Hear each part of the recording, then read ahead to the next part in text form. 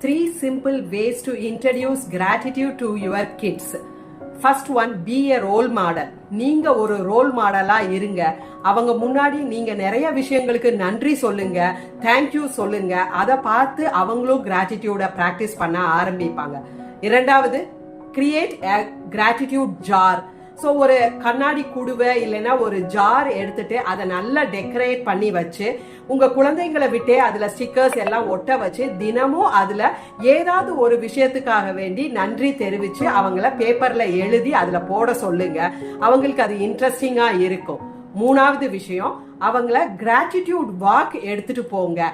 So வாரத்துல ஒரு நாள் அவங்கள கூட்டிட்டு ஏதாவது பக்கத்துல கார்டன் இல்லைன்னா பக்கத்துல பார்க் அப்படி இருக்கிற இடத்துல கூட்டிட்டு நடந்து போங்க.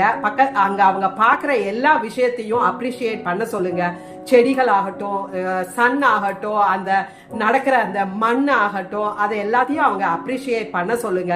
கட்டாயமா உங்க கிட்ஸும் கிராட்டிடியூட பிராக்டிஸ் பண்ண ஆரம்பிப்பாங்க.